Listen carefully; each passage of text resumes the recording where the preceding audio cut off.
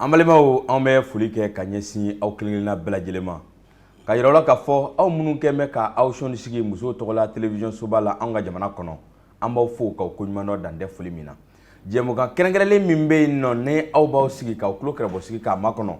o min ye seko ni dɔnko émission kɛrɛnkɛrɛnlen ye ka an ka jamana taabolo kɔrɔ k'olu danganamaya aw ɲɛkɔrɔ k'a daminɛ Kayi ka taa Menaka k'a daminɛ Menaka ka taa Kidali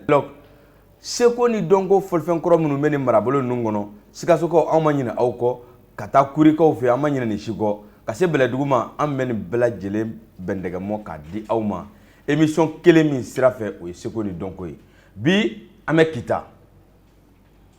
Kita ye ŋaraduguba ye Kita ye seko ni dɔnko jamanaba ye o dugu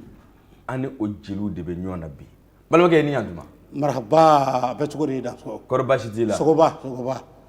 Jije Solo e nana an ka wele lamɛn a diyara n ye a tɛ nka foli jumɛn b'i bolo ka ɲɛsin musow tɔgɔla télévision so lajɛbaw ma sisan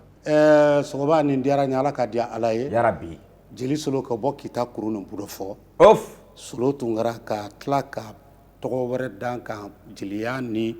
artisiya kɔnɔna la ko DJ Solo le tonton de tous les DJ ah oui o de bɛ Muso TV kan bi bon nin kɔni nin téléso in ni jeliya yɛrɛ sɔrɔ a kɔnɔ artisi an ka danbe la kantali kosɔn i bɛ content parce que n'a fɔra ko Muso TV o musow ka bɛn ne bon jamana tɛ diya ni den tɛ a tɛ diya ni musow tɛ DJ Solo mana yɛrɛ sɔrɔ yen olu de ka glissement don dɛ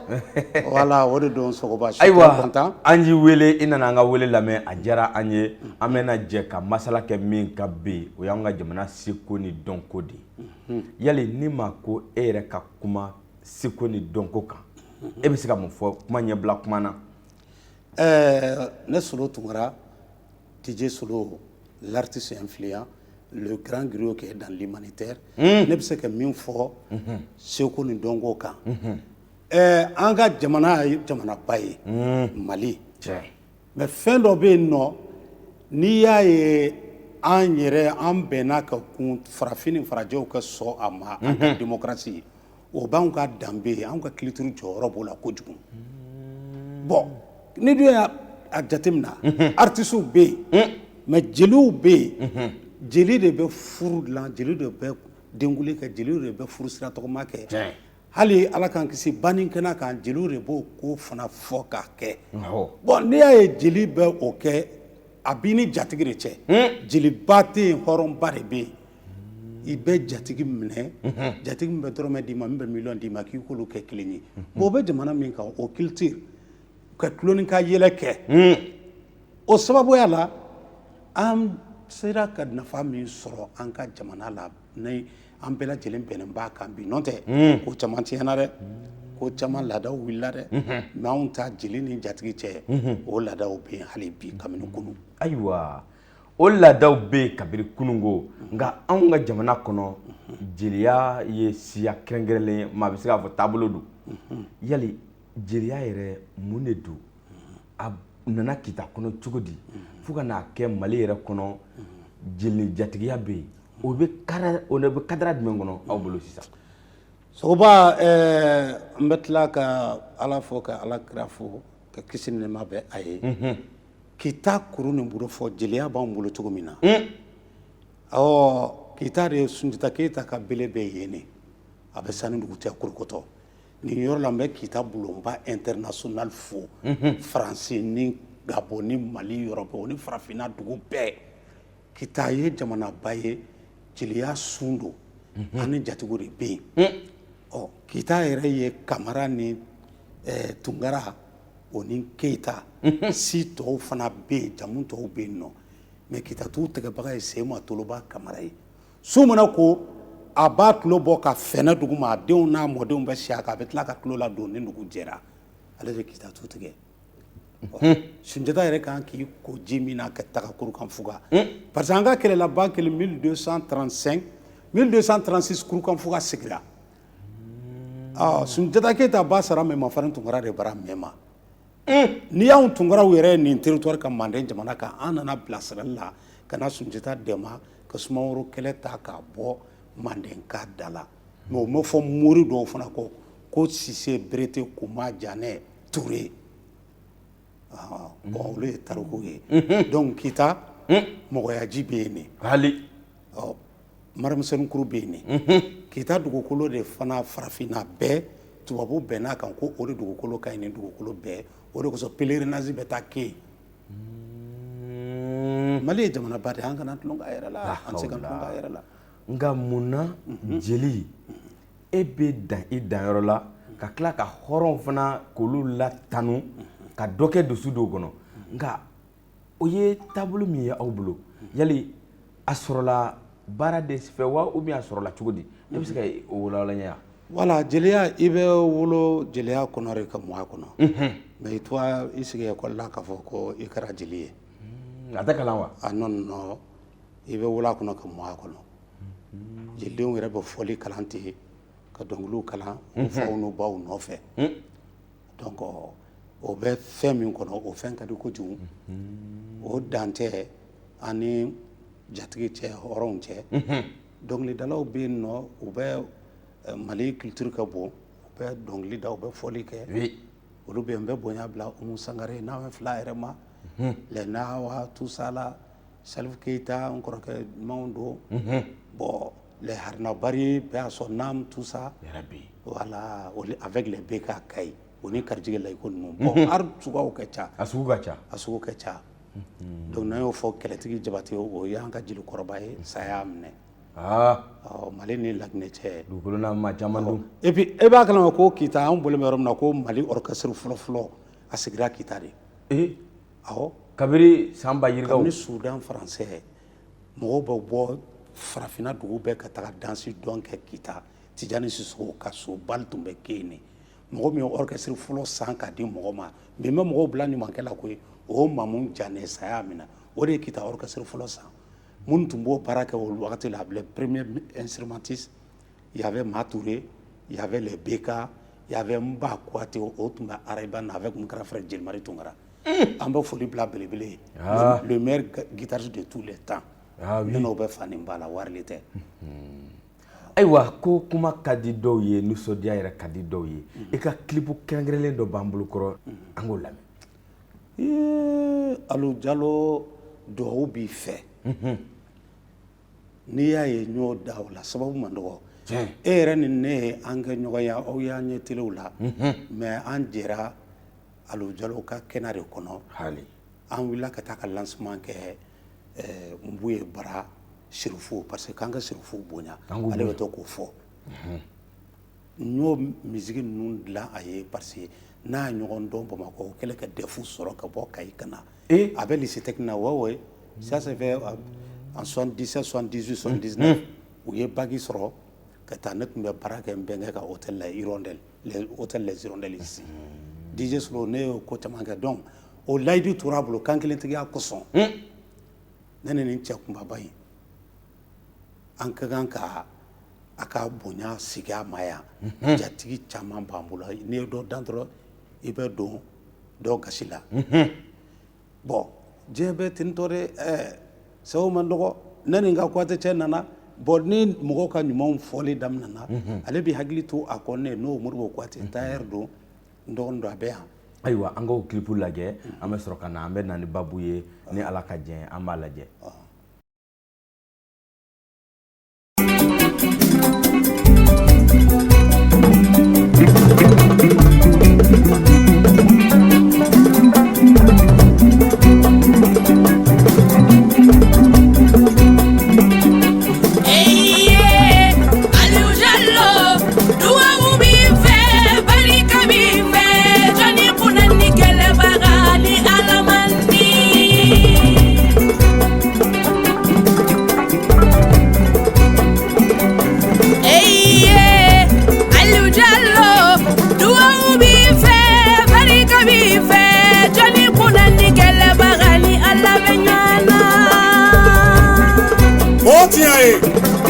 jeli solo ne bɛ ala fo ka ala barikada ale min ye bi yira anw na duwawu b'i fɛ Alu Jalo i ye duwawu den ye ne bɛ jɔnni welela Alu Jalo duwawu den min ye bangebaga cɛman ni bangebaga musomanw bonya k'u ka duwawu ɲini k'u ka barika ɲini Alu Jalo e min ye sirifuw bonya ka mɔgɔbaw bonya k'u ka barika ɲini k'u ka duwawu ɲini Alu Jalo e min ye sinji tugu ka badenya tugu ka hinɛ misikinɛw la ka hinɛ yatimɛw la k'u jigi tugu Alu Jalo o de juguyaw b'i nɔfɛ k'i lamini duwawu b'i fɛ Alu Jalo i ye duwawu den ye Alu Jalo taara se musokɔrɔba ma a ko ma juguw kɛlen bɛ ka ne lamini ni ye n kɔfɛlɛ juguw bɛ yen ni ye n ɲɛfɛlɛ juguw bɛ yen o yɔrɔ la a b'a fɔ a ma n den ala ka nin juguya nin bɔ i da la k'i lamini ni duwawu ye ala ka dibi bɔ i ni dugujukɔrɔ nafolo tɛ ala ka dibi bɔ i ni sanu cɛ wo ni gazi Aliu duwawu den kɛlɛbaga ni ala man di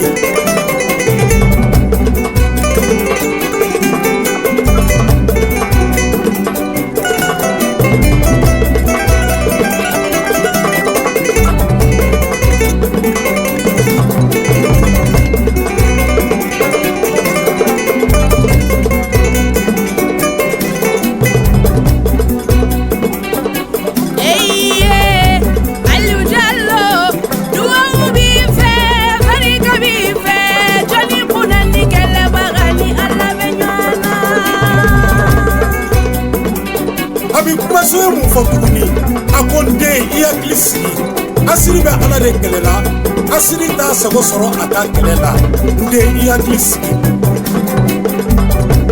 Boubacar Diallo den ɲuman Kunburuso den Awa Camu den Fana Sukɔ den ne jeli solo jatigikɛ ɲuman Alu Jalo ka bɔ ka ilegal segu duwawu b'i fɛ Alu Jalo i ye duwawu den ye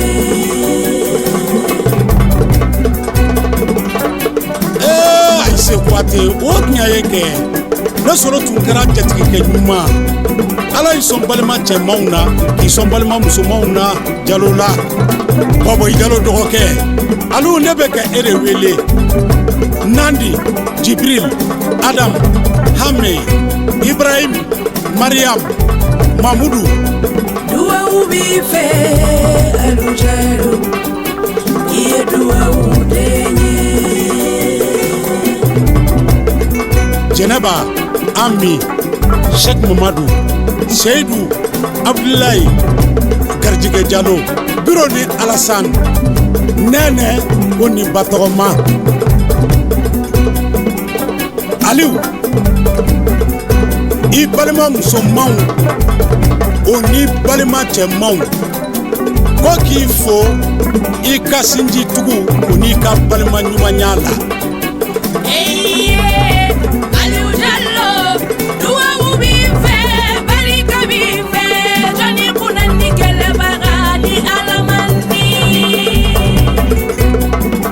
Alu Jalo i ye duwawu den de ye ala bɛ ɲuman sara ni ɲuman de ye duwawu b'i fɛ Alu Jalo i ye duwawu den ye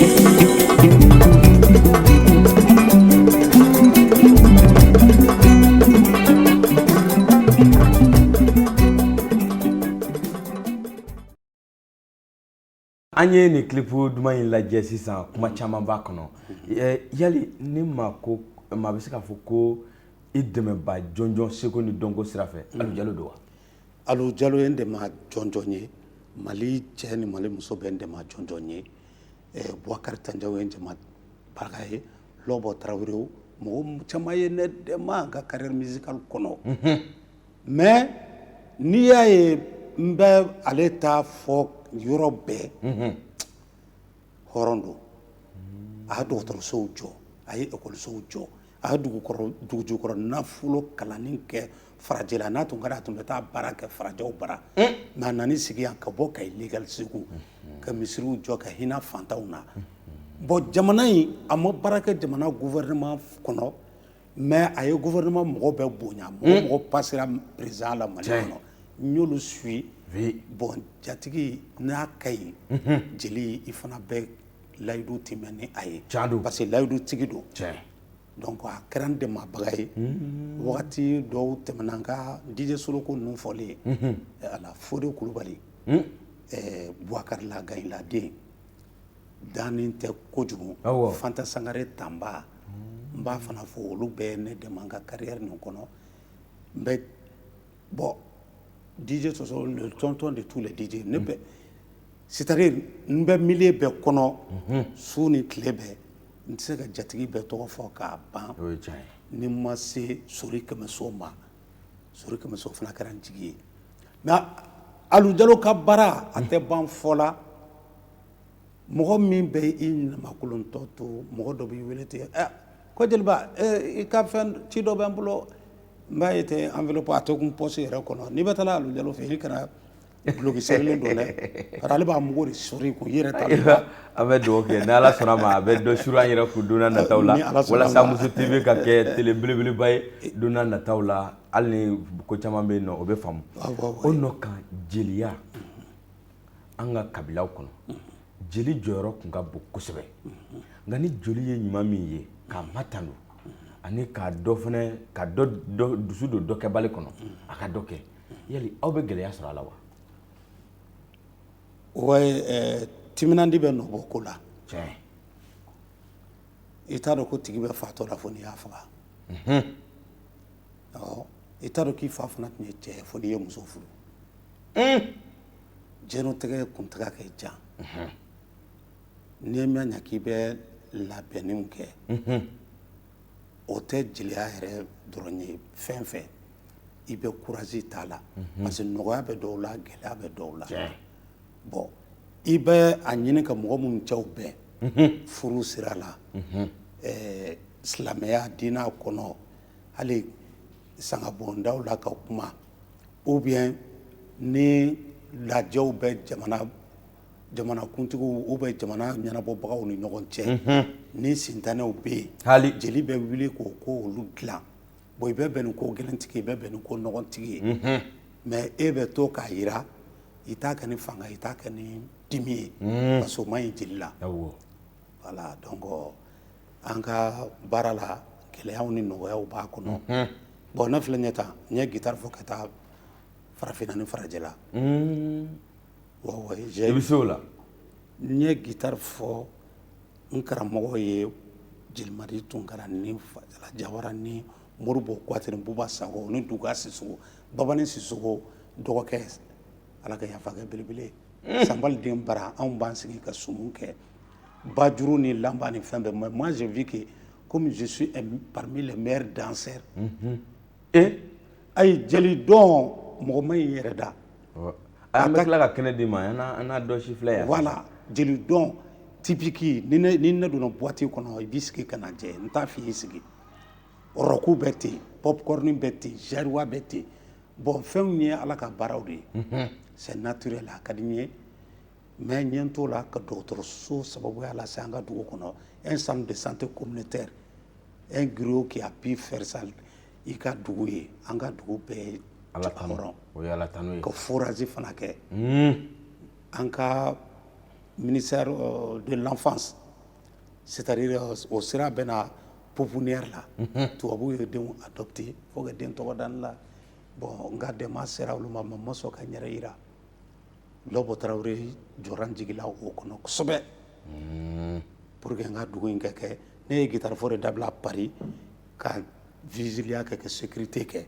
pour que an ka dugu bɛ se ka centre de santé sɔrɔ parce que jiko ja in hali bi a bɛ jamana in kɔnɔ o de kosɔn ne b'a fɛ jamana in ka di mɔgɔ ma sa mɔgɔ min bɛ hakili to jamana in kɔ bon an dun ka cɛ n'i y'a fɔ mɔgɔw b'a fɔ k'i bɛ politique parti ko kuma la n'o tɛ an ka Alu Jalo fana essayer ka lajɛ sɛgɛnw kɛ ban ayiwa nka o bɛɛ la seko ni dɔnko fana ɲɛmɔgɔw kɛn bɛ k'o kɛ bolokɔfɛfɛn ye parce que n'i kun ye bɛɛ lajɛlen bɛ tamasire n'i ka taabolo de ye i mana dɔnkili ye i b'a dɔn nin ye fila dɔnkili ye i mana dɔngɔnɔ ye i b'a ko nin ye dɔngɔnɔ ye i mana miyanka ye i b'a dɔn ko nin ye miyanka ye i mana sinafɔ ye ko nin ye sinafɔ ye nka nin seko ni dɔnko bɛɛ tun bɛ minɛn dɔ kɔnɔ o fana jɛngɛlen don dɔɔnin bi min bɛ da la lakana ko kɛnɛya ko baara caman denmisɛnninw ka baara ko nka seko ni dɔnko bila mɛ kɔfɛ yali e yɛrɛ bolo o bɛ se ka sigi cogo di o seginni timinandiya bɛ ko ɲɛnabɔbagaw bolo je sais que gouvernement bɛ cɛsiri la an bɛ se ka an denw ni an jatigiw fɔ Asimi n'a ka mɔgɔw an b'o fɔ n bɛ Wake fɔ n bɛ u bɛɛ lajɛlen fɔ u bɛɛ tulo b'i la mais an ka senko la an ka art kɔnɔla Mali culture kɔnɔ parce que fɔli ni dɔnkili ni fɛnw dɔrɔn tɛ n'o tɛ Grammy Award min bɛ fɔ aux États-Unis ali farika y'a sɔrɔ Mali musique bɛ sanfɛ kɔfɛ mais malien t'a kalan manque de communication b'an jɛ kosɛbɛ parce que f'i ka mɔgɔw kunnafoni bon aw bɛ ka nin min kɛ nin tɛ mɔgɔw kan k'aw wele de k'aw bila condition bɛɛ la k'anw fana bila bɛɛ la parce que n'i kɛra jeli ye ou bien artiste ye f'i ka staff kɛ kɛ tourneur b'o la manager b'o la les caméramans sont là les journaux presse écrite faut que kunnafoni kɛ ka débat kɛ kosɛbɛ ka mɔgɔw sensibiliser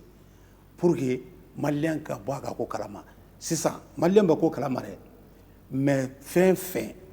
farafin n'i b'a kɛ tulonkɛ sira fɛ malien wane a bɛɛ la sɛbɛ sira o Demengo filɛ nin ye Pele yɛrɛ ko n'i y'ale ɲininka ko jɔn bɛ se balontan na k'a b'a fɔ ko Demengo o bɛ bɔ Mali la de Salif Keita awɔ Karunga Keita ninnu bɛɛ bɔ Bula Keita de bon n'i ye tulon bɔ yen sɔbɛ ka na k'a fɔ k'an ka diɲɛ ɲɛnajɛ Grammy Award Tumani k'a sɔrɔ Umu Sangare k'a sɔrɔ il faut voir les Bassirou il faut voir Jelimadi Tunkara Habib Rokia Traoré n yɛrɛ den ɲumanw bon ne yɛrɛ un artiste produit par RFI instrumental France Média du Monde musique malienne o kɛra ne solo ye mais malien caman t'a dɔn ne bɛ yɛrɛ tɛ ne kun t'a dɔn voilà parmi les anciens morceaux du monde n'a bɛ fɔ a ma ko world music sound RFI instrumental ye ne ka album min bɔ o tilala kɔ tuguni ka disque 33 tours parce que o de bɛ kana tuguni meilleurs morceaux anciens ne ka morceau kelen sɔrɔ la diɲɛ bɛɛ faralen ɲɔgɔn kan parmi les meilleures chansons du monde voilà an denmuso tun bɛ ministre de la culture la n b'a bonya fɛn Alpha Mor Konare denmuso n taara a dédicacé ale la bon n ka seede dɔ bɛ n taara dédicacé Wage la fɛn wɛrɛ tɛ parce que n'i ye jamana jateminɛ jeliw bɛ yen jatigiw bɛ yen mais jamuw bɛ ɲɔgɔn sɔrɔ bon culture kɔnɔ les comment on appelle là an denmuso filɛ nin ye bi a bɛ sanfɛ Fatumata Jawara malo jɔn Siya ale yɛrɛ jo b'a ni tunkaraw cɛ a fana sera sa ka jeliw wɔrɔ ɲini ka na en glissé n'a ma glissé n bɛ taa nɔfɛ a bɛ faamu voilà a bɛ faamu bon ninnu bɛ ka tour du monde kɛ mais État ka kan ka jateminɛ an b'a dɔn an ka droit d'auteur bɛ yen ministre de la culture bɛ yen min yɛrɛ b'an kunna bi n b'a fɔ ka barika da Gindo parce que an ye o fana ka lycéw ni fɛn wagati la an bɛɛ tun bɛ ɲɔgɔn bolo Bamakɔ yan fɔlɔ a yɛrɛ ye o yira ne la tuma bɛɛ n b'a fɔ ka barika da mais cɛsiri min bɛ yen o mɔgɔ kalanbali de kɛ ca art kɔnɔ bon o ko dilen bɛ mɔgɔ kalannen minnu ma f'u ka timinandiyaba de kɛ pour que i bɛ kunnafoni jamana bɛ kunnafoni n'o tɛ n'i ye meilleur artiste ta Mali farafinna bi n den filɛ nin ye Iba Wane filɛ nin ye ka prix min ta nin ye trophée 5 don bon olu ye kunnadiyabaw ye mais jamana kɔnɔla ko ka ca kɛlɛ min bɛ kana f'an ka sigi ka fɔ de kɛ ka bɛn kɛ ka siya woloma dabila tant que malien m'o kɛ an ka yafa ɲɔgɔn ma an ka hinɛ ɲɔgɔn na i komi mɔgɔ ɲumanba kelen kelen minnu b'an cɛ ma n'u bɛ ka hinɛ jamana la jamana yɛrɛ k'a jate minɛ mɔgɔ min ka kan place min na o ka bilo la min ka place min na o kana bilo la mais o tɛ sɔrɔ fosi fɛ télévision bɛɛ lajɛlen aw ma dɔgɔ a ma tɛ télé national o bɛ baara la mais f'u ka bɔ hali bi u k'a ɲini ka bɛɛ ka activités ni fɛnw ɲini kosɛbɛ et puis ka débat organiser u bɛ ka min kɛ ka cɛsiri kɛ domaine bɛɛ la o ni les télé privées anw b'aw fo ne yɛrɛ nalen nin kɛnɛ in kan ta sisan je suis très content bon ni muso bɛ to ka anglais wala o ni denmisɛnninw tout ça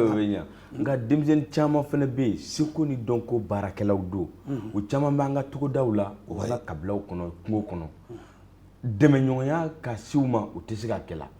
fɔlɔ Modibo ka waati la a tun bɛ fɔ ko biennalew bɛ kɛ ka na se fɛn caman olu dabilali yali olu bɛ se ka sɔrɔ cogo di ka yɛlɛ bon Sogoba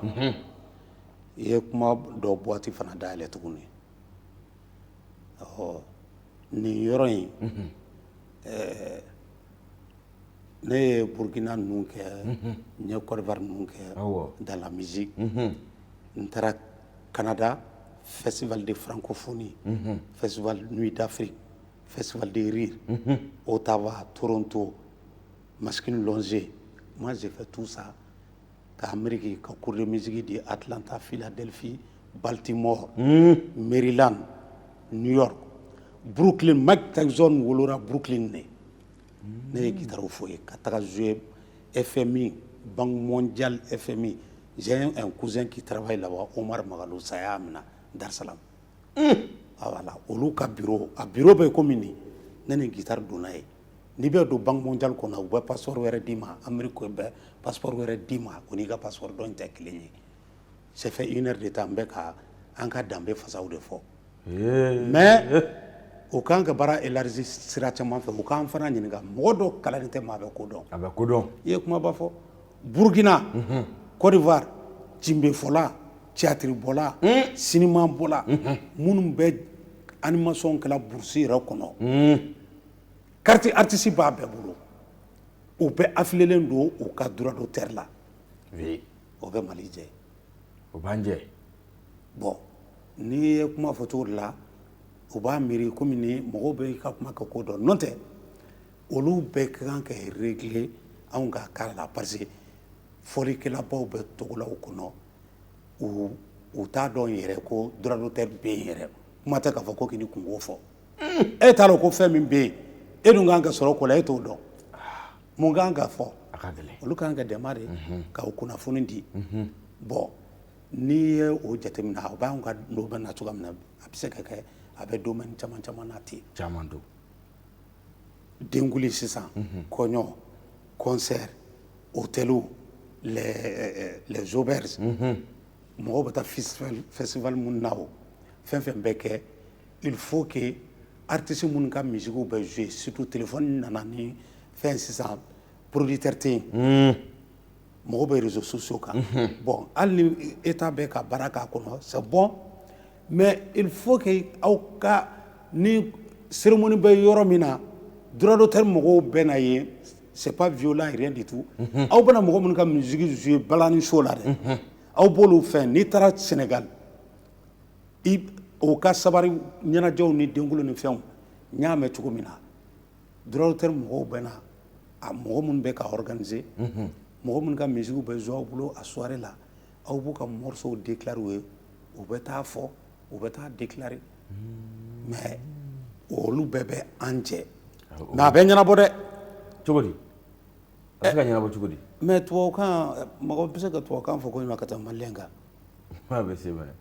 voilà n'i ye cɛ kunbabaw ta an ka jamana ni jamana wɛrɛ minnu ye Mali dɛmɛ olu jɔyɔrɔ bonyana kosɛbɛ solution bɛ sɔrɔ min na i ma o de kosɔn ne ko n ko alujɛrɛw la solution ɲuman bɛ sɔrɔ cogo min na maliyɛn b'a dɔn ayiwa an ka dugawu kɛ a solution ka na voilà sinon vraiment ne yɛrɛ ka guitare fɔ ka tila ka meilleur danseur n bɛ sape ka taa farafinna farajɛ la ka baara kɛ humanitaire la ka n ka dugu dɛmɛ ka pouponnière ninnu ne ka tubabuw bɛ na ni jouets ni bibɔrɔnw ni finiw ye ala kana an baraji tiɲɛ n ma sɔnba ka bɔ télé la Sina Damba n b'a fɔ o yɔrɔ la elle fut ministre de l'enfance ani lɔbɔ ko jeliba e bɛ kan bɛɛ k'i ka jamana ye mais i tɛ k'i yɛrɛ afficher ko non ni jeli jatigi b'a sɔn i b'o yira mais n'e bɛna fɛn di jatigi ma i b'o kɛ sutura la n'o tɛ taga Budofɔ sisan à 6 km de Kita chef-lieu de la commune de Kita c'est Budofɔ an kɛra région in bi centre de santé min bɛ yen l'apport personnel kan jija avec la France le FSP le cofinancement bon ne sera k'o sɔrɔ mɔgɔ min y'o bɛɛ k'i ka dugu kɔnɔ nin bɛɛ bɛ yɔrɔ min nɔfɛ n fana fɛn dɔ kan ka nɔrɔ bɔn mais n b'a lɔn Asimi ni a tɛ kuma la kosɛbɛ mais a hakili b'a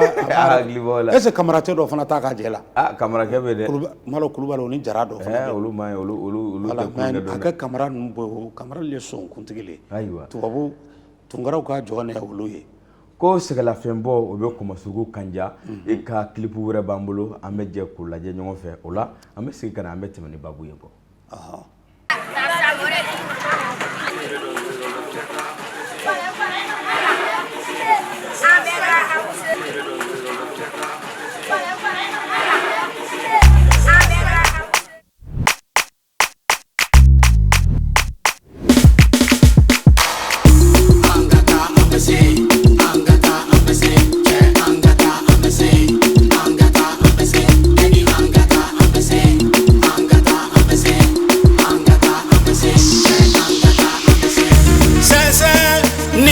Sensene angata sense neninga mogo sensene angata sense jama sensene angata sense jama ninga mogo sensene angata ni taro fanfa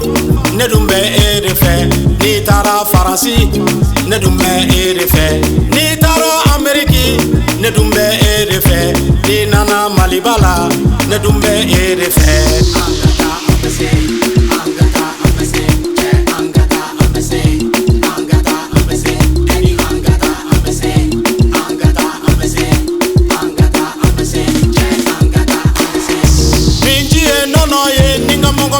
nono ye minjie neninga mogo minjie nono ye minjie nono ye jama minjie nono ye minjie jama ninga mogo minjie nono ye chakumba bakodo musokumba bakode do ni kamese isembwala ikofele na doni seri ikofele na doni nedumbe edefe Inyame vila nyumamba mijole na niye ninga mogo ye nedu nyosa ere ye menga che ngo vreke sa dobe deni na quoi mais mon ami la cola elle sait pas que moi je fais partir d'un gros calibre de ce pays mais maintenant dia Coca-Cola mbetana ye kata baldon kita centre kono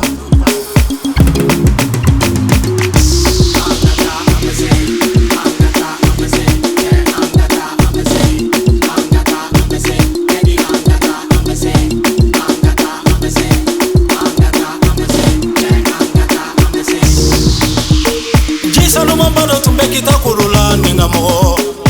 ne ba fanga tanko ojide la kita terena koni anga tanko ojide la jisano mo bado tumbo budo fa kulula ninga mo ne ba fanga tanko ojide la c'est la fara kulumba hatabada hataninda petit fanfan encore Optimus le caïd chanter pour DJ Solo, le tonton des DJ. Tout le monde est DJ Solo. J'ai dit, et glissez là-bas. Et sur le côté, sur le côté, sur le côté, sur le côté, sur le côté, sur le côté, sur le côté. Et glissez, glissez, glissez. Et glissez, glissez. Glisse, glisse, glisse. Oh, sur le côté. Est-ce que ça va? Est-ce que ça va? Tout le monde, levez les mains pour DJ Solo. On répond, DJ Solo. Encore, DJ Solo. Voilà. Les DJ là, calmez-vous hein, car le tonton des DJ est dans la place. C'était Optimus le caïd. Inyame vila nyumamba mijole na niye ninga mo ye nedu nyosa ere ye kasanu dima kawari dima kafini dima kasambara dima kamobili kurasa ye iko fele na doni chérie yeah ne dun bɛ e de fɛ.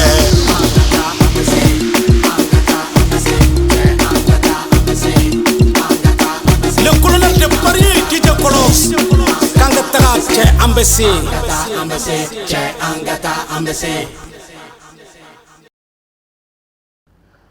an bɔra k'i ka nin babo min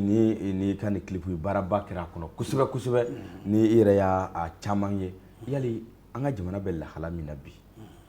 jeli bɛ se ka bɛn ɲini ka na jamana kɔnɔ wa? ne ka dɔnkili in tɔgɔ ko an ka taa an bɛ se n'i b'i kɛ fɛn fɛn kan i bɛ baara baara la n'i timinandiya i bɛ nɔ bɔ a la an ka taa an bɛ se ji sanumanba dɔ tun bɛ Kita kulu la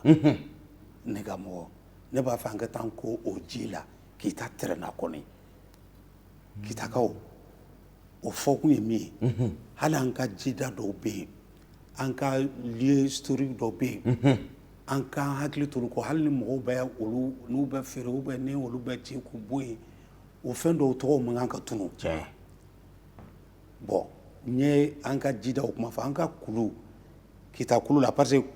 mɔgɔya ji bɛ anw ka kulu la ala kolon bɛ Kita kulu nin bolo fɔ yɔrɔ dɔ fana bɛ ko Selahata Sunjata Keyita ni Tunkaraw ni Kamaraw bɛnna Kanɔ yɔrɔ min na ka saraka bɔ dontonjɛ 100 dontonbilen 100 o saraka bɔra Selahata Kamara ni Tunkara ni n'i tɛ yɛrɛ wolo i tɛ taa kɛnɛ kan anw ka famille sigilen bɛ yen nin bon n'i miiri dɔnkili n'o bɛɛ b'a kɔnɔ Selahata ji an ka taa k'o la bitin fanfan o bɛ yen nɔ mɔgɔya ji ne y'olu fɔ Manamu Serenkuru Kanja ninnu daw sera ma n bɛ Kanja bonya kosɛbɛ a fana luttera avec les Bako Daɲɔ voilà bon u y'u cɛsiri Kita ka ko la parce que il y a 333 grottes sur la colline de Kita il y a 333 saints Tombouctou n'i ye Kita kulu bɛɛ daminɛ don min na i b'a kɔrɔbɔ i bɛ se k'a kɛ k'a munumunu tile kelen i bɛ se k'a kɛ mais n'i y'a kɛ dɔrɔn i bɛ sa mais n'an ɲinɛna n'a yɛrɛ kɔ fo ka denmisɛnninw kala kalan mais fo i k'i sigi i fa kɔrɔ ou bien i kɔrɔw kɔrɔ ou bien i tɛnɛmusow ou bien mɔgɔ min ye karamɔgɔ ye f'i ka timinandiya kɛ k'u lamɛn n'i ye courage ta o la an bɛ taa an bɛ se bon o baara olu kumakanw bɛ misigi nin kɔnɔ bon diɲɛ ko kumaw ni fɛnw fana b'a la parce que mɔgɔw bɛ diya ɲɔgɔn ye de i diyara muso ye dɔrɔn i lafiyara n'i ɲagalen dɔrɔn bon bref hadamaden cɛ o muso n'aw ye ɲɔgɔn kanu aw kunkow bɛ nɔgɔya Wallahi voilà n'i ye ka jamana kanu o de ka ɲi jamana ma nin bɛɛ kun ye taabolo kɔrɔw ye fɔlɔ nka bi anw bɛ denw bɛ ka o kɛ bolo kɔfɛfɛn ye n'an y'a tariku fɔ dɔw ye u b'a fɔ ko c'est des histoires yali kumakan b'i bolo nin kɛnɛ in kan ka fɔ olu ye wa? Soba a bɛ fɔ ko Manden ngara 4 Numu kunda Jeli kunda Funɛ kunda Garange kunda jeli bulon de bɛ Manden Ɲamakala bulon tɛ yen bon fɛn caman bɛ yen jatigiw ni hɔrɔnw ɲamakala bɛ yen hosi bɛɛ mais jeli bulon jeli de ye c'est-à-dire fo jeli ka yɔrɔ fo de kɛ détail ye mɔgɔw k'a faamu o confusion bɛ mɔgɔw bolo an ka jamana nin kɔnɔ yan ne bɛ wele lase yɔrɔ de ma i kumana yɔrɔ min na tan sisan a diyara n ye ça là-bas c'est très très important parce que n'i y'a ye e bɛ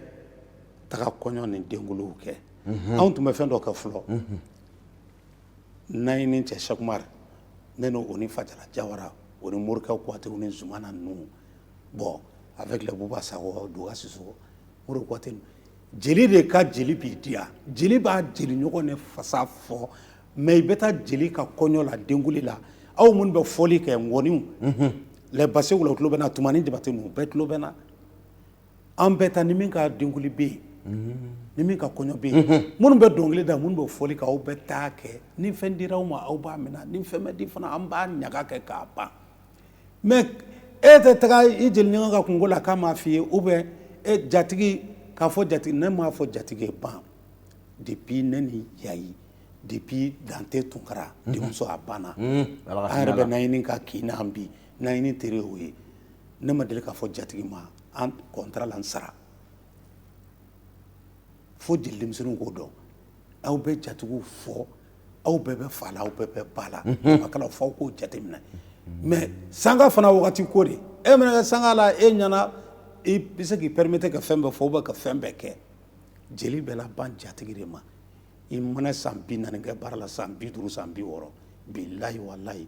i b'i jatigi bonya parce que jatigi ninnu an b'aw fo ka waliɲuman dɔn parce que jeli ka kegu mais i jatigi ka kegu n'i ye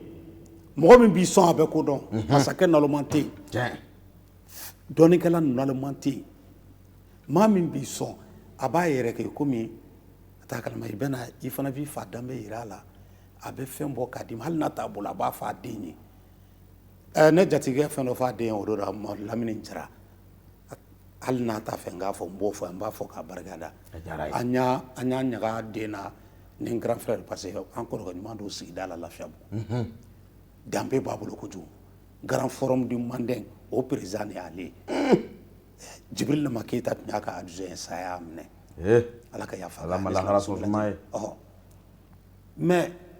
an ko yɔrɔ min na n ko fisɔn k'e dun an ye a f'i ɲɛna ko i ka na ni orange crédit sɔngɔ ye e fɛnɛ a ko kana to ninnu ka fɛn deli fɛ siɲɛ 1 siɲɛ 2 dɛ tulonkɛ na ten a y'a kuma fɔ mais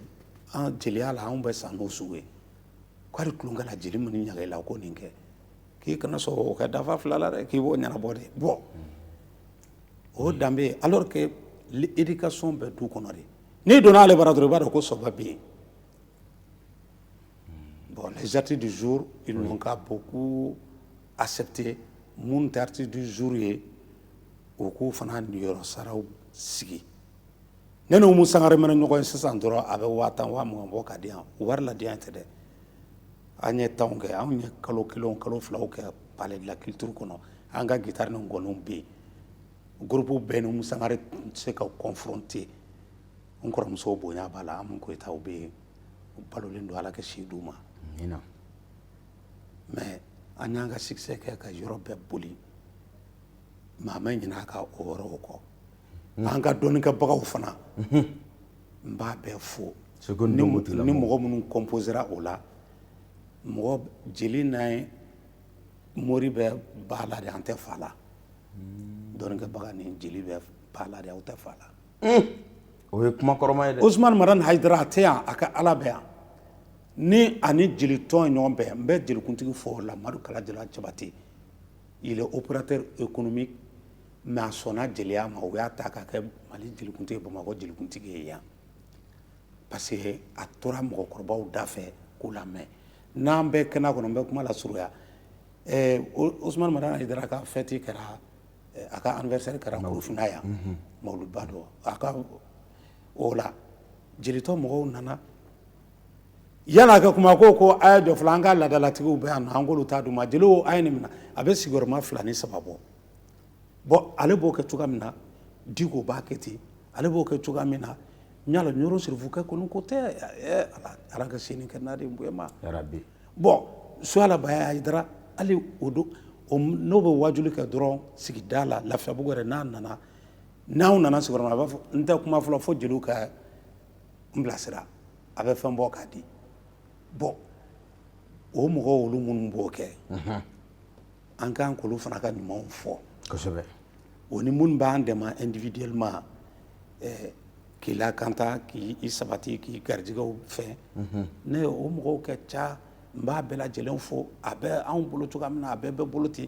mais hali bi u ka wuli ka saraka bɔ jamana ɲɛ ala kana to Mali ka to juguw bolo yarabi ala kana to Mali ka to juguw bolo yarabi Mali tɛ to juguw bolo ni ala ka sɔn nka aw yɛrɛ ka denmisɛnninw minnu bɛ ka wuli bi ni jeli denmisɛnninw don u bɛ bɔ ni kuma dɔw ye kuma dɔw la i b'a ye u bɛ ɲɔgɔn lagosi u bɛ ɲɔgɔn lanɛni sanga kosɔn yali maakɔrɔw ka yeta ye jumɛn ye o la bon ne yɛrɛ ye denmisɛnnin ye mais an ka ye denmisɛnnin ye n ye denmisɛnnin min ye ne denmisɛnnin min ye an ye dɔɔnin ye mais jusqu'à présent an bɛ min fɔ o la denmisɛnninya de b'u la mais moi je leur conseille n'i y'a ye ne ko n ko anw ka guitare ni ngɔni tun bɛ kalo 1 kalo 2 kɛ Omnisport ni Palais de la Culture kɔnɔ chaque samedi chaque dimanche ou bien vendredi su anw bɛ ɲɛnajɛ kɛ mais anw bɛ yɔrɔ min na bi ngan bɛ jatigiw de bolo o y'a ye n'i bɛ don kulukulu kɔnɔ i ni hɔrɔnya ka don n'i bɛ bɔ i ni hɔrɔnya ka bɔ parce que ni ni hɔrɔnya ma bɔ i n'a mɔgɔ dɔ bɛ ɲɔgɔn sɔrɔ dɔw bɛ yen nɔ u ka jateminɛ u ka kuma fɔtaw la u ka comportementw na u kɛ yafa ɲɔgɔn ma u kana sɔn ka kumaw fɔ kuma min n'a bɛ bila u denw kunna sini bon mais n bɛ min f'i ye si caman de farala jeliw kan ka sɔrɔ jeliw cɛ manden kuma dun fana bɛɛ tɛ fɔ la bala den bɛɛ tɛ fɔ la cɛkɔrɔba an k'an glisse voilà n'ala sɔnna ma babu yɛrɛ sera kuncɛyɔrɔ la ka ban nka i ka kilipu laban min b'an bolo an bɛ jɛ k'o lajɛ an bɛ segin ka na kuma laban kumaw k'olu fɔ. Aw salam alaikum peuple malien. Bala Jabate on the beat.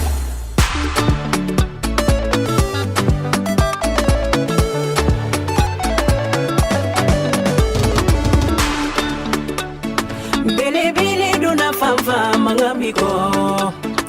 alutelo dona kokoro komenya badwari bele dona fanfa mangambiko alutelo dona kokoro komenya ibadwari. Peuple malien Ninya Hera Baye Alou Bouakar Diallo va à la conquête de l'élection présidentielle au Mali.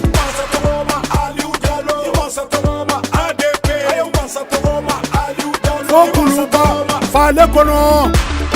Malien Biko, Fokuluba, Malien Biko, Fokuluba. Bele dona fanfa mangambiko alutelo dona kokoro komenya ibadwari. Il a pris la tête d'un grand parti de la scène politique ADP Maliba, l'incontournable. Aïwa Mali Tchani Mali Moussou, Demiseni Makoropo, Mali Kono Ami Mali Kokan. Aou Bela Djelenka Boka voté Alou Bouakar Diallo ye. N'aou votera aye, aka haklina ye, que Mali Bara Kadia, que Mali Korota Kala Fasa. Imasa Togoma, Aliou Diallo, Imasa Togoma, Aliou Diallo, Imasa Togoma, ADP, Imasa Togoma, Aliou Diallo. Fokuluba, Fale Kono, Imasa Togoma, Aliou Diallo, Imasa Togoma, ADP, Imasa Togoma, Aliou Diallo, Imasa Togoma, ADP, Imasa Togoma, Fokuluba, Imasa Togoma, Malien Biko, Imasa Togoma, Fokuluba, Mali Tchani Mali Mousso. On ni Mali Serifulakaw o bɛɛ lajɛlen ka wuli ka voter Alou Bouakar Diallo ye ADP Maliba tɔgɔ la o mana kɛ jamana de bɛ ɲɛbɔ Mali fɛ Mali tɛ ɲɛbɔ jamana fɛ tuguni Alou Diallo ka foraziw sen ka dɔgɔtɔrɔsow jɔ ka sirabaw dilan e ni président ka kan. Alou Bouakar Diallo a voté, ADP a voté.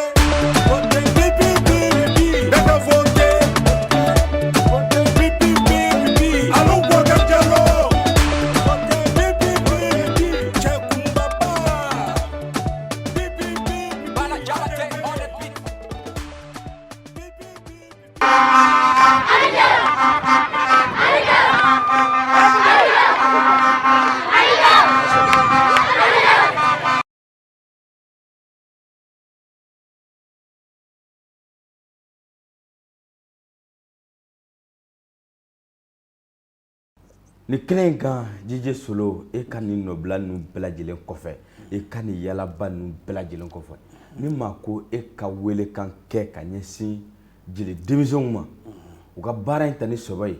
ka tila ka welekan kɛ ka ɲɛsin Mali marabagaw ma u ka seko ni dɔnko kɛ yanga fɛn ye e bɛ se k'o kɛ jumɛn ye? ne b'o kɛ min ye toujours a bɛɛ bɛ communication kɔnɔ an ka ɲɔgɔn sensibiliser ka ɲɔgɔn communication di et puis jatigiw ala kana aw dɛsɛ jeliw sɔn na tuma si jeliw kana fura se jamana in kan n b'a ɲini fana n'i y'a ye ne ko n ye musique caman dilan a bɛɛ ye conseils ye fasa bɛ dɔw la fasa tɛ dɔw la n'e ma sɔn e mɔkɛ ye fɛn minnu kɛ turamɔgɔw fasaw bɛ fɔ sodo aw fasaw bɛ fɔ Sunjata Keyitaw bɛ fɔ Taaraw bɛ fɔ Ture bɛ fɔ Jalow fasaw bɛ fɔ a ma k'an si ɲɛna o mais n ko anw de bɛ to k'a fɔ aw ye mana fɔ a si fɛn fɛn sisan a tigi b'a bolo kɔrɔta mais i mɔgɔ min bɛ fɔ i m'a ye o mais ni min nana dɔɔni sɔrɔ dɔrɔn o ye jelikunda yɛrɛ fɔlɔ o b'a fɔ ko n tɛ jeli ye ou bien n tɛ ɲamakala ye bon alors que i ye jeli ye mais i tɛ a baara kɛ mɔgɔ kɔrɔ tɛ k'i tɛ jeli ye Babanin Sisoko Ala ka yafa k'a ye a bɛ diɲɛ bɛɛ nkalon yɔrɔ a nana a natuma la n'a tun mana a natuma la anw jeliw dɔw wɛrɛ tun bɛ fɔ i b'a fɛ ka mun fɔ n b'a fɛ ka min fɔ Baba sɔrɔ a ye jeli ye a m'i ban jeliya ma a m'a fɔ ba k'a tɛ jeli ye au contraire k'a bɛ hinɛ a jeliɲɔgɔnw de la ka an sɔncogo yira mɔgɔ wɛrɛw la parce que ale sɔrɔ k'ale fa tun bɛ dɔnkili la a bɛ ngɔni fɔ n'an bɛ ɲɛnajɛ kɛ a bara a dɔgɔnin Duga yɛrɛ bɛ guitare min na u bɛ ngɔni Duga mana ngɔni min na dɔrɔn Baba sɔrɔ sigilen bɛ ɲaji bɛ bɔ parce que k'a b'a hakili jigin a fa la fa a ye sabali sa a ye avion bila ka na an mɔgɔ dama dama ta a Cogo Kuyate ni Balakɛ ni Kanja ni ne ni yayi ni Jelimari Tunkara an taara Seku Bɛnbanya tun bɛ yan an taara Gambi Yaya Jammeh fɛ yen nɔ mais a ka hôtel la an taara jouer Baba 1,100,000 tila ani ɲɔgɔn cɛ o yɛrɛ dɔrɔn tɛ n taara sɔrɔ Air Dabia sɛbɛnnen bɛ avion 16 kan a bɛ Dabia a ye Dabia tɔgɔ labɔ mais a fa ni jatigiw de sigira ni e ye sansi sɔrɔ i ye kɔfilɛ i ka togoda in na sa jatigi min ni fɛn t'a bolo a fana siya yira a la a ka danbe yira a la parce que ale tɛ se k'a fɔ ko nin diya fo ni mɔgɔ min jugu nkalon da a la n'o tɛ ale kɔni n'a ka staffu a y'a se kɛ anw yɛrɛ bɛ du min kɔnɔ Baba sɔrɔ o de kosɔn a bannen aw ka Muso TV n ye télé so bɛɛ ye mais aw ka mɔgɔw taara reportage kɛ n ye dɔw de malo Hawa Jabate voilà an b'a fɔ ka barika da yan a taara a ye kɔngɔ ni minɔgɔ muɲu a donna Dabia n y'a ye a ye reportage kɛ Baba su don yɔrɔ la a ka so kɔnɔ ne wulila ka taa ka Keyita représenter k'an ka famille représenter ka Mali jeli bɛɛ représenter parce que dɔw man kɛnɛ bi Faransi ni yan bɛɛ a fɛn kɛ mɔgɔ caman ye les Tayi Sako Aliu Jabate ninnu bɛ Faransi bon Ala ka lahara sɔn suma ye ne kumana ka bɛɛ lajɛlen ka foli kɛ ni n dɔgɔnin Musa Basi Kɔnɛ cɛ anw tun bɛ yen mais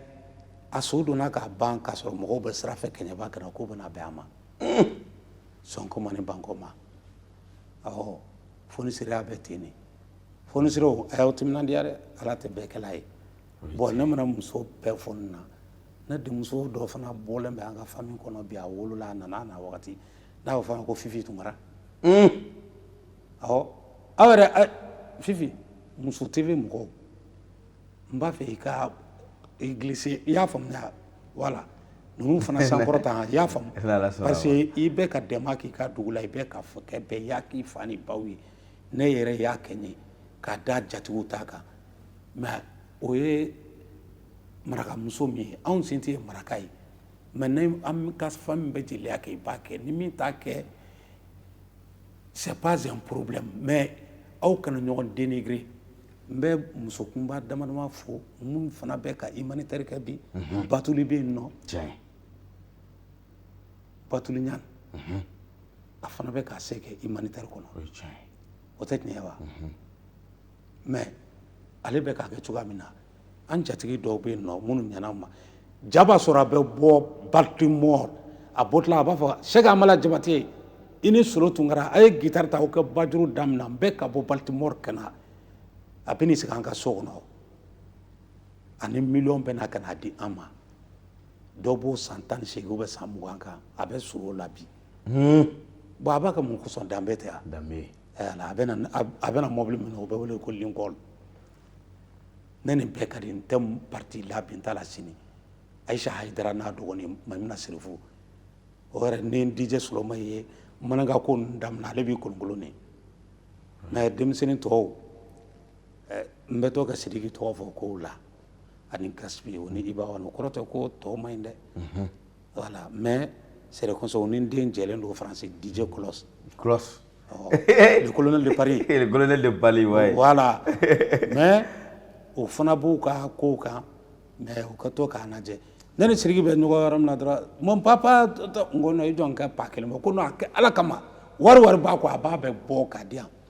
mais an bɛ ka fama ɲɔgɔn ma sisan fais attention. Est-ce que Kodowari taga t'o ye? Kodowari taga t'o ye. Ayiwa jɛmukan sera a labanyɔrɔ la e bɛ folikan laban kɛ ka ɲɛsin Muso TV lajɛbaw ma an bɛ babu cɛ nin yɔrɔ la. Sogoba n bɛ e yɛrɛ fo fɔlɔ. Ne ta diyara n na. I ka cɛsiri. O diyara n na. K'i baarakɛɲɔgɔnw fo. O diyara u la. Et puis ka dugawu ta aw ye k'a fɔ ko Ala ka to télé nin kɛ téléba ye ka tɛmɛ nin kan. N'Ala sɔnna ma. Ala k'aw bɛɛ garijɛgɛ bonya kɔnɔ. Amina yarabi. Mali télé privé tɔ bɛɛ télé national wo a bɛɛ mɔgɔ mɔgɔ bɛ ka anw dɛmɛ se t'anw ye dɛ aw b'aw jija ka n'an dɛmɛ parce que diɲɛlatigɛ ko tɔ la bana réseaux sociaux kan bon a dun an si kalannen tɛ aw ye kalan min kɛ a ye na aw bolo don an kɔrɔ pour que hali bi mɔgɔ si tɛ fa diɲɛ la mɔgɔ b'aw ko awɔ ni sara i la diɲɛ banna o a pewu mais ni e mɛnna wuli ko e ka nasɔngɔ di ou bien ordonnance filɛ i tɛ se ka sigi dɛ voilà donc kuma kɔrɔmaba de fɔlɔ ye denmisɛnninw ka o mansaw respecter ne bɛ foli kɛ n content na aw la n kɔrɔmuso b'aw ka quartier la yan n'o ye Ami Koyita ye o ni Moribo Kuyate a diyara n na voilà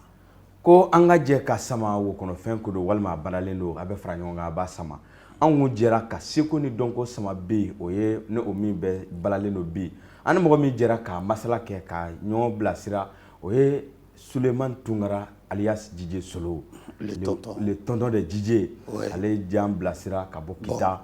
a ye hakilila caman don denmisɛnninw kɔnɔ ka tila k'a yɛrɛ ka taabolo kɔrɔw ko da don olu la aw ye faamuya sɔrɔ nin na ne b'a fɔ aw ka mɛn diɲɛ waati wɛrɛ voilà an bɛ tila k'a kun cɛ ni a ye tɛgɛrɛ fɔ Yangalo a ye tɛgɛrɛ fɔ o b'a diya e tɛ pani bɔ DJ Solo nana ka na glisser a ye denbaya sanu masa ni denbaya Muso TV a y'aw jija DJ Solo nana ka na glisser an b'an glisser cɛ kunbabaw ye kunbaba glissement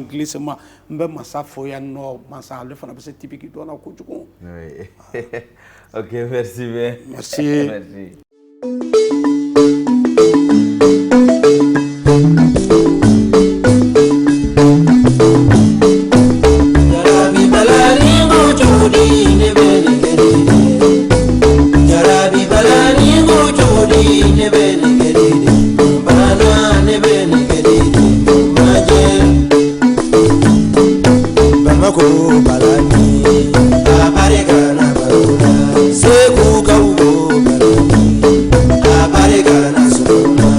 Chala kaugo